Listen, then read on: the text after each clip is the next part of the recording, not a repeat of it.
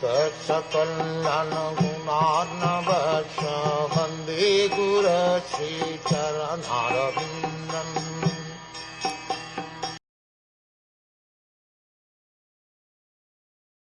There is a small lake named Alakananda in which Sati used to take her bath, and that lake is especially auspicious.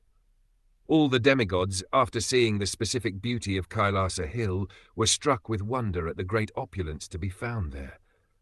According to the commentary called Sri Bhagvat Chandra Kandrika, the water in which Sati used to bathe was Ganga's water. In other words, the Gangas flowed through the Kailas Parvat. There is every possibility of accepting such a statement because Ganga's water also flows from the hair of Lord Shiva.